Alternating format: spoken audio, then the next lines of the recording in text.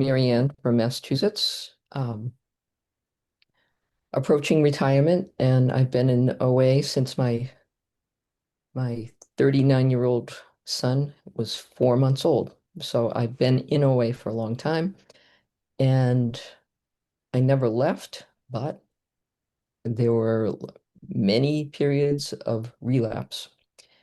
And I think it was because I didn't really want to believe it was a disease. And, after all, I am so smart. I skipped the third grade and I graduated early and I'm very intelligent. And I think those of us who are very intelligent have a harder time than other people getting the program. Because for myself, I know I was just so smart that I thought I could figure it out. And I remember thinking it's just a simple matter of, chemicals, in my brain. And, once I get this food out of my system, the bad food, and eat the good food, then everything will be fine. And guess what? It wasn't. I, I, I, I have a journey, and I'm still on that journey in a way. The first several years, I was, um, I was almost proselytizing. I thought everyone who had a weight or a food problem, especially a food problem, belonged in OA. And, I didn't mind breaking my anonymity. And, I came across as quite um, pushy, I guess, is, a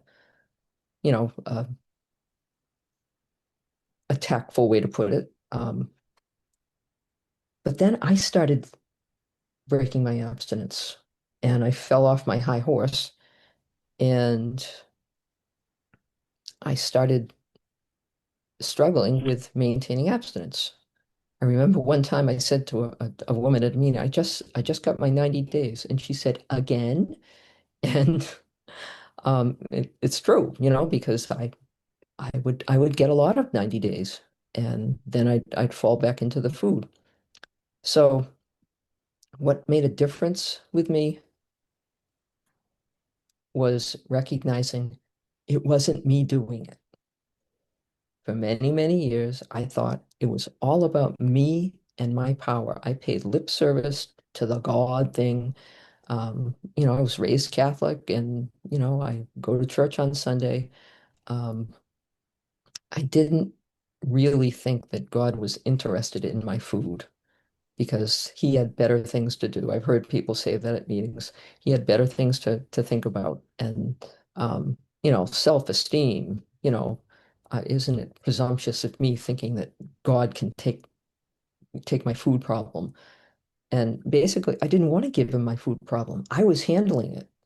Um, I never had a lot of weight. My disease manifested in the obsession. I was obsessed with food, with cookbooks, with hiding food, um, with making sure that I hit every retail pharmacy the day after the candy holidays. So I would get the 50% off. That was a charge for me too. I got a thrill out of that, and I got a thrill out of getting all that stuff. And you know, I can honestly say when I was in the food, there was never a time where I said, "Ah, that was so good." It was always, "Oh, it's gone. Oh no." That was how my that was how I that was how I rolled. And again, the big book talks about, these overnight changes. My change wasn't overnight. My change took several decades. Um, I was I was willful. I tested sponsors. Boy, did I test sponsors. Sometimes there was one sponsor I tried being late, and she said, "Why are you late?" I said, "Because I felt like it." Wham! Most people, myself included, I think I would have dropped me, and she didn't drop me. I was just testing, how serious are you about this? Are you going to stick around, fearing that, somebody was going to abandon me? And the sponsor I have now, I think it might be 15 years. I'm not sure. But all of the sponsors that I had them for years. And I didn't go shopping around for sponsors very often because I didn't need to. I liked what they had. And, as my journey went along, there were, different things that I needed, so I got a different sponsor. But one thing I do know is that I am powerless over food. And I can remember thinking, what a humiliating thing. What a terrible, humiliating thing that I'm powerless over food. But, it's just admitting that and recognizing that's the truth. That's the truth. I can't get away from that. I am powerless over food and many other things, but I need to remember the first step. I'm powerless over food and my life became unmanageable. I need to remember that because if I start forgetting that, it's very easy to start thinking, yeah, I can handle this. I can manage. This is, what's the big deal? And maybe I could manage without the tools, without God, without OA for a little while. Maybe I could. But inevitably, just like the big book talks about, there'd be one of those blind spots. And then suddenly I'd be back in the food. I don't live in a vacuum. I live with my husband. I have kids and grandkids. I have a job.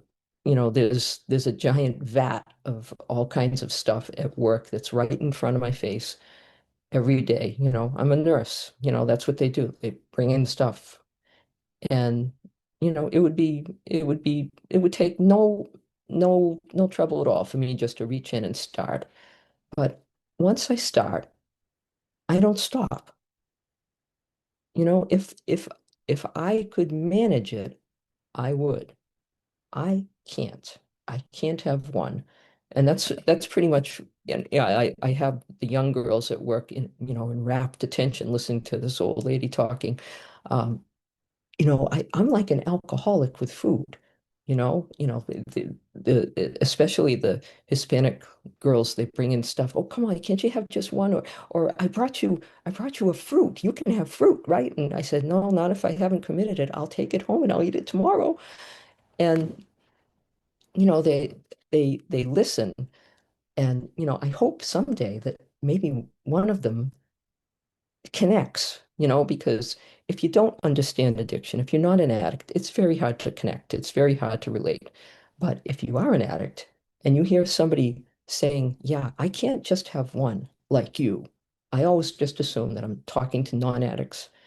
I can't have just one like everyone else can. But, inevitably, there's somebody in that little audience that probably can't have one either.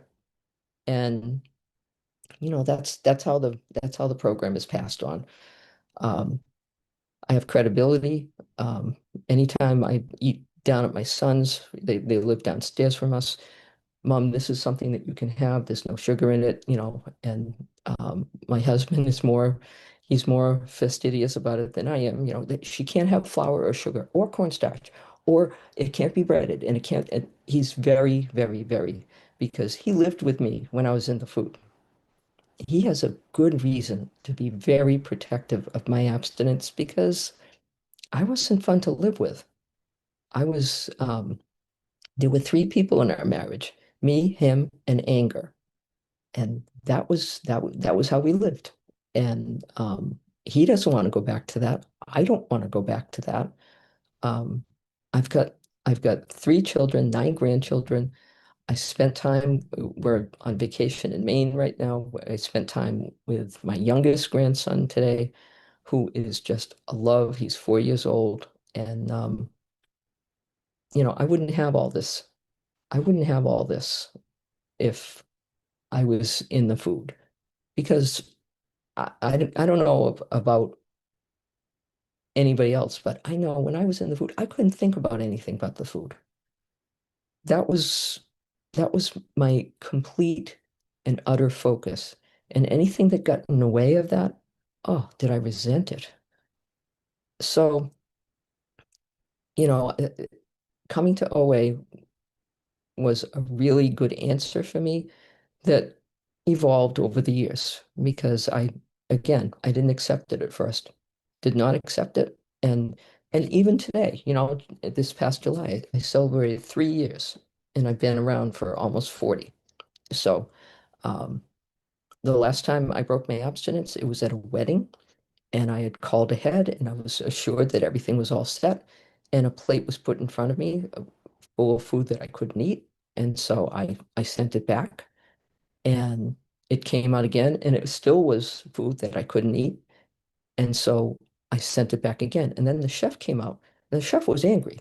And the chef was saying, well, what can you eat? And so I said, I said what I could eat. And he brought out something that, again, I couldn't eat. And because I was afraid of his anger, I ate it anyway. And that's me not taking care of myself. But I tried. I tried. I thought it was all set. But today, I practice gratitude. Gratitude is not a feeling. Gratitude is an action. It's a decision. It's I have all these Zip recruiters telling me that my online resume is wonderful. I haven't put my resume online at all.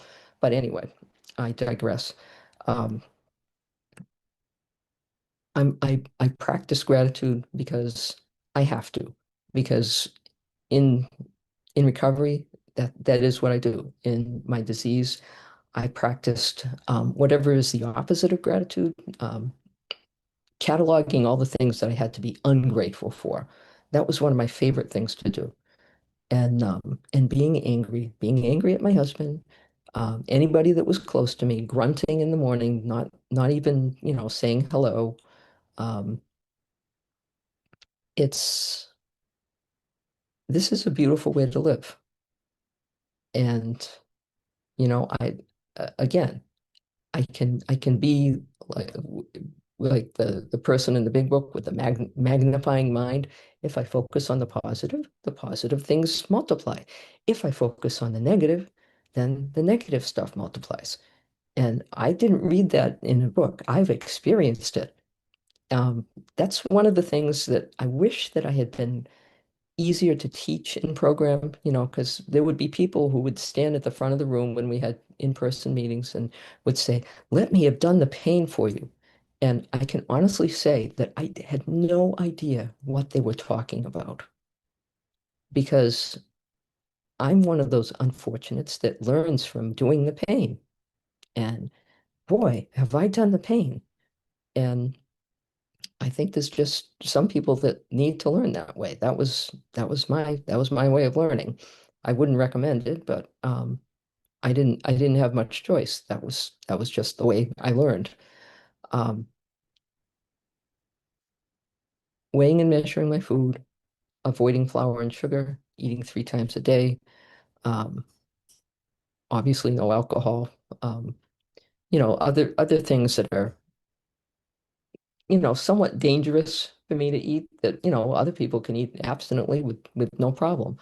And, I could get by eating those things, but, I don't want to today. I'm not here to get away with.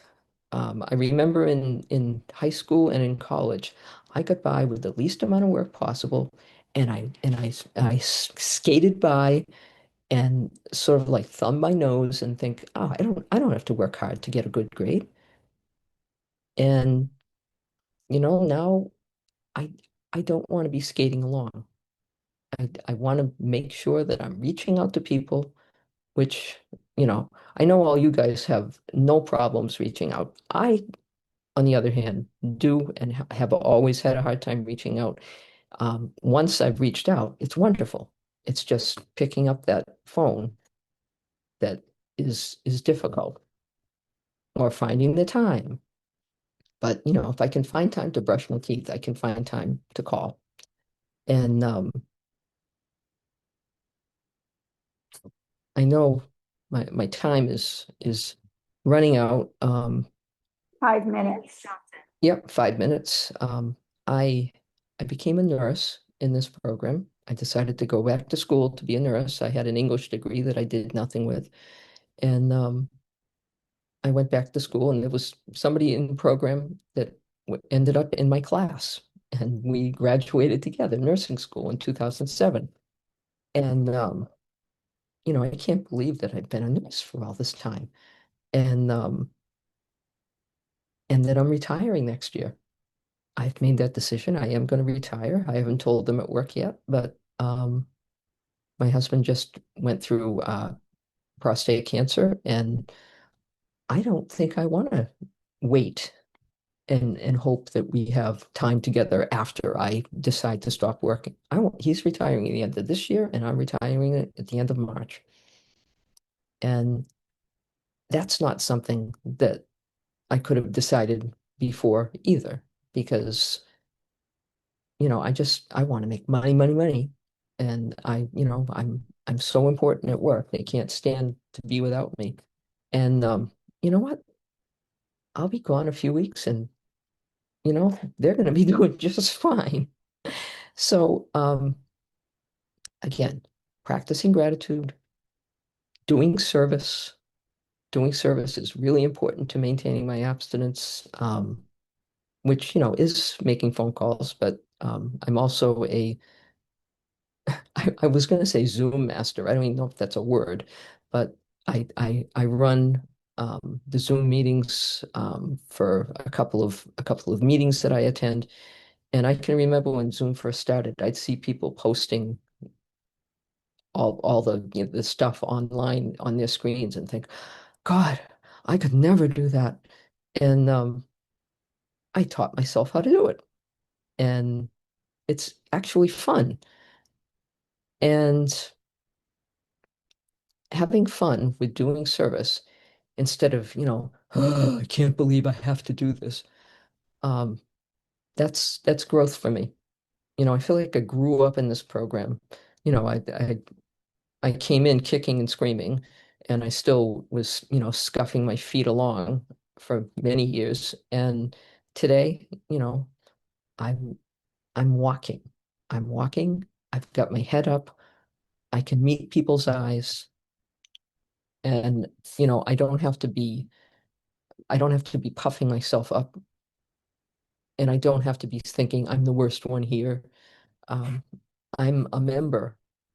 OA was the first organization I ever really felt like I belonged. I'm a card-carrying member. I never felt like I was on the outside. The only time I felt like I was on the outside was when I put myself on the outside. That was when I was an outsider. When I stopped calling people. So for anyone who's new here, this is the answers are here.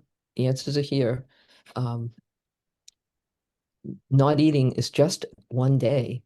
It's not for the rest of my life. It's just for one day, just for today. I am I am not eating compulsively. Just for today, I have my scale here at the Airbnb, and supper's going to be pretty much the same thing as what I eat down in Massachusetts. And um, I'm grateful. I'm grateful. So that's it. Thank you. And thank you for asking me.